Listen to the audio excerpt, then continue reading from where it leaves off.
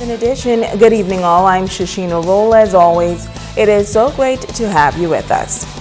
Topping news, the city of Freeport is celebrating its 60th anniversary. The city emerged out of Pine Barrens and today is considered a modern city. The Grand Bahama Port Authority is planning a grand celebration in honor of this milestone. Tonight, Italia Hall talks with residents of Freeport about the growth of the city over the years. History was made 60 years ago when a small group of entrepreneurs established a unique economic zone on Grand Bahama Island and named it Freeport, with the vision that it will become a major shipping hub and international business center. Under the 1955 Hawksbill Creek Agreement, the Grand Bahama Port Authority established the infrastructure for world standard services and facilities. The name Freeport derived from guaranteed long-term tax concessions and benefits for financial, commercial, and industrial enterprises within this unique economic trade zone, offering advantages that are superior to anywhere else in the region. Today, Freeport continues to offer an exceptional climate for business and private investment. And on this 60th anniversary, residents are chiming in on the city's growth and development over the years. I believe that the passion has gone out of Freeport, the drive that the shakers and movers had for Freeport. It's all died now. I guess it died with the person who was in charge, and when they died, their vision died as well. So we just need new vision. For the last 20 years, Freeport has gone totally down. Since the storms, there was no type of replenishment for Freeport. Some people doing okay, some people doing bad. So I guess it depends on what you're in. There are some mixed emotions about the progress of the city, and some say lack of employment opportunities continue to have a negative impact on the city. Freeport right now, the state of it, you can see it picking up slowly, but what needs to really happen, we need more, basically for youth, more job opportunities. People need work. They need to do something with that big hotel down at the bazaar, the Princess. I mean, open it up or do something, because people need jobs. Young people coming out of school, they need jobs. I feel like we need to come together and bring more investment here. We also have to realize that Freeport was supposed to be an industrial city. So we came here looking for, as the Port Authority, to develop hotels for employment and stuff. That was in the original planning. There's lots that could happen if we get our act together. We can make it to gold level medal. We have a city with infrastructure that is capable of supporting 250,000 people. Port officials are currently planning a grand celebration in commemoration of Freeport's 60th birthday. Italia Hall, ZNS Network News. Thanks, Italia. While the Grand Bahama Port Authority has issued a report card on the growth of Freeport over the years, port officials issuing a list of at least 21 objectives that have been met, including providing land and constructing 2 public schools and a justice center for Freeport, funding and building a children's library, assisting in creating local government, and providing an annual grant of $500,000 for the system of local governance, funding and building a fruit and vegetable market, an arts and crafts center, and a sports complex. In the port's report card, it also notes that the Grand Bahama Port Authority has promoted second home investment, donated land for a police headquarters, and a new hospital. Port officials say over the past 60 years, there have been upgrades to the master plan for Freeport, transforming Freeport into a garden city at a cost of $2 million as a result of the downtown turnaround program and established organizations to promote Grand Bahama internationally. Well, Grand Bahama's industrial sector continues to thrive, and the shipyard is one of the companies that is helping to crystallize this island's reputation as the industrial capital of the country. The ship care facility is making a name for itself in the international market, and many young Bahamians are helping to make this happen. The shipyard is now preparing for another group of apprentices for its operations. 88 recent graduates from various schools on Grand Bahama are hoping to have the opportunity of a lifetime. The Grand Bahama Shipyard is hosting its annual recruitment drive for its ongoing apprenticeship program, and on Wednesday afternoon, many gathered at the ship care facility to take a proficiency test. Once these persons been selected, there's many benefits. For one, they would get they'll learn a trade. That's what it means. They become employable.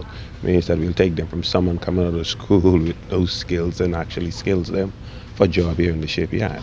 On the other hand, now we continue to improve in our program. Our program now, we just celebrated the other day. We had commencement ceremony where we actually celebrate the partnership we're doing with College of the Bahamas. We have taken the program now to the next level academically and the way we do it practically. Training manager Don Forbes says once the tests have been marked, 12 students will be selected to train at the ship care facility for the next 4 years. The Grand Bahama Shipyard has recently partnered with the College of the Bahamas, which means as an added benefit, they will receive certification upon completion. But that's not all. You have the benefits of insurance. Obviously, you need to work here in the shipyard because they would be doing practical training, which is real-time training on actual jobs. So they have the same coverage as the workforce employees would have. They have the vacation, which is paid, and we pay for all of them, anything that's associated with their training. Everything from the PPEs, that's the personal protection gears, equipments that they would be using in the process of their training, any materials they'll be using, and you name it, whatever it's hard hat, safety goggles, boots, coverall, we pay for it all and we take care of all at no cost to them. All we ask is that they show up and learn. Once the tests have been graded by COB officials, an interview will take place and 12 persons will be selected in time for an August 20th orientation. In news from the Education Beat, the Ministry of Education announcing the recipients of its Scholarship Outreach Initiative. This year's recipients are Angelo Dames and A.J. Oliver of the Jack Hayward High School, Livia Duncombe, Lemuel Bain, and Ebony Bow of St. George's High School. Now, these recipients will study at institutions in the United States and Canada. To date, the ministry has established a Memorandum of Understanding with Holland College in Canada, Monroe College in New York, Middle Tennessee State University, Taylor University in Indiana, and Texas Southern University. Now, the ministry is also partnering with Monroe College to give away $1 million in scholarships to 12 public school students from Nassau and Grand Bahama for the next 4 years. These students will receive a full scholarship of more than $20,000 a year. Taylor University has secured a full scholarship for 2 students in 2016, and Holland College is offering an annual partial scholarship. The ministry has agreed to offer a guaranteed grant value of over $7,000. Switching gears now, 13 Cubans rescued on Elbow Key by the United States Coast Guard Cutter Flores on Monday. The migrants claimed that they were at sea for 5 days in a rustic vessel, which got them as far as Elbow Key. The migrants were brought to the Lacaille Harbor and turned over to immigration officers. They were taken to the immigration headquarters to be processed, and they await repatriation. Now, just last week, 7 Cuban migrants were all taken into immigration custody at the Old Bahama Bay Marine in West End. They were processed by immigration officers and flown to New Providence to be housed at the detention center. And police are investigating a traffic accident that has sent 3 persons to hospital. Now, the three vehicle collision occurred on Pioneers Way around 10 o'clock last night and involved a white and blue van, a blue Ford truck reportedly owned by the Defense Force officers, and a silver Chevy Monte Carlo. All vehicles incurred damage, and 3 persons who were passengers in the vehicles were taken to hospital for medical attention. They were treated and later discharged. Stay with us, there's more news right after this. News that matters to you. You're watching the Bahamas Tonight Northern Edition. Welcome back. Police in Abaco now know the identity of the Caucasian man found dead in waters off Scotland Key last Thursday. He is 23-year-old Mason Hart of Houston, Texas. Police say Hart's body was found floating in waters off the Scotland Key by a resident of Abaco. Now, the circumstances surrounding his death are not known at this time. And a clarion call is being made by a local community activist for young men to put down the weapons and follow God. Tonight, President of Reach Out Ministries says if that does not happen, then capital punishment must be enforced. For most people, when they see Dudley Sade, they see a man who is dedicated to changing the lives of young people on Grand Bahama. But he says that's not how it has always been. The former gangbanger says he is gravely concerned with the level of crime in this country and the amount of young men who have been killed or are behind bars for foolish reasons. I was shot before and stabbed 7 times, but I turned my life around. So to me, the message I really want to send to the boys on the blocks or in Nassau, man, you guys got to start to think. Because when you take a life, you're actually cutting a generation. And it's far too long, we sit back. We need to actually make an appeal to those boys in Nassau. They need to ease up for a while. I mean, think about it.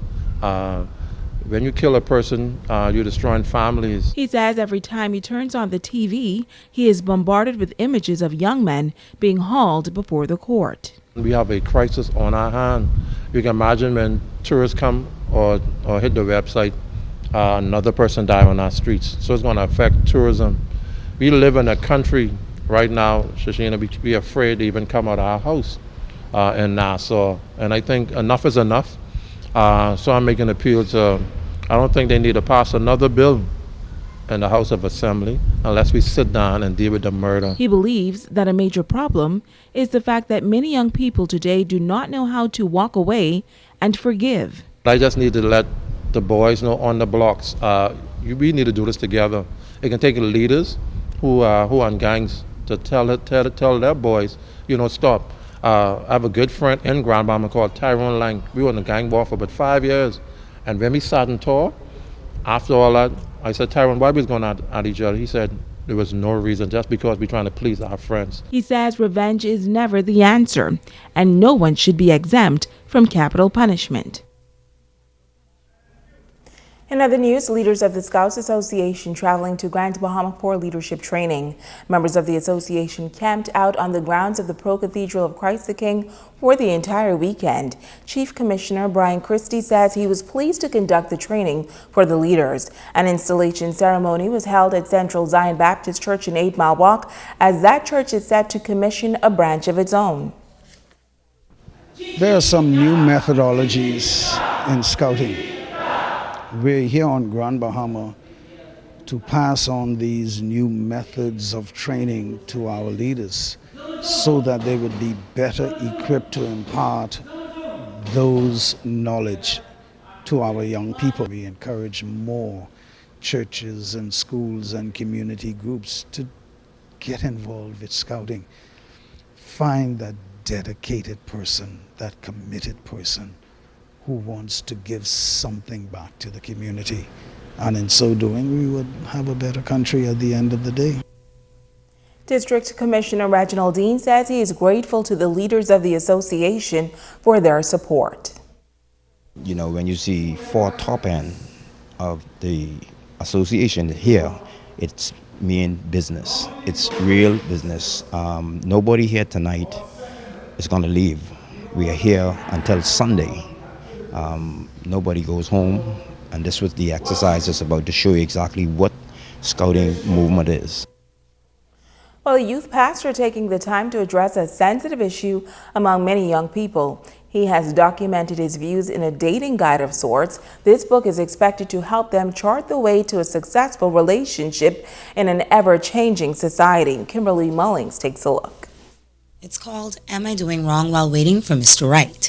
Universal Household of Faith youth pastor Glenn Russell says he was moved to write the book after counseling and mentoring young people throughout his role as a youth pastor. So their problem with not problems in the home, problems in school, but most of their problems is in trouble within relationships. And I said, just dealing with them one-on-one, dealing with them as a group, as a youth group. And I said, why not write a book that can target that, not just for my youth group, but that could actually reach the masses. Other topics in the book include detoxing from previous relationships, dating and transitioning, setting expectations, and even features a bonus chapter for single mothers. At 27, Pastor Russell says his upbringing played an intricate role in the amount of knowledge and wisdom he has gained in the area of dating. Growing up around a lot of females, my sisters, I have 3 sisters, and you know how ladies go. So I've seen the drama, I've seen the good, the bad, voluntarily, involuntarily, the bad boyfriends, the good boyfriends, the boyfriend that I wanted to kill, you know. So I tend to, it's just, you know, you going through stuff and you learning from it, looking at other people go through stuff, you're learning from it, and that would give you the wisdom to talk to certain things like that. A book release and signing was held at Universal Household of Faith in Freeport, and Pastor Glenn Russell's book is set to hit shelves on the island and across the country soon. Kimberly Mullings, ZNS Network News. And now it is time to ask the doctor. I'm Dr. Monique Pratt. Welcome. Katie asked the question yesterday concerning a blood clot in his leg, for which he is taking blood thinners. There are many reasons why someone can develop a blood clot. The more serious ones occurring in the deeper veins, what we call deep venous thrombosis or DVTs. Risk factors include prolonged sitting, prolonged bed rest, certain medications such as birth control pills, being obese, pregnancy, a strong family history of blood clots, heart failure, irregular heart rhythms, or smoking. Symptoms of a blood clot can vary depending on the location. If the clot is in the calf, you may experience pain and swelling. But if the blood clot has dislodged and traveled to the lungs, you may experience shortness of breath and chest pain. All blood clots are medical emergencies. If you think you may have a blood clot from the risk factors or symptoms I mentioned, please call 919 or go to the nearest emergency room immediately. I'm Dr. Monique Pratt, and this has been Ask the Doctor. Stay with us, Ricardo Livewine, as a check on sports when we return.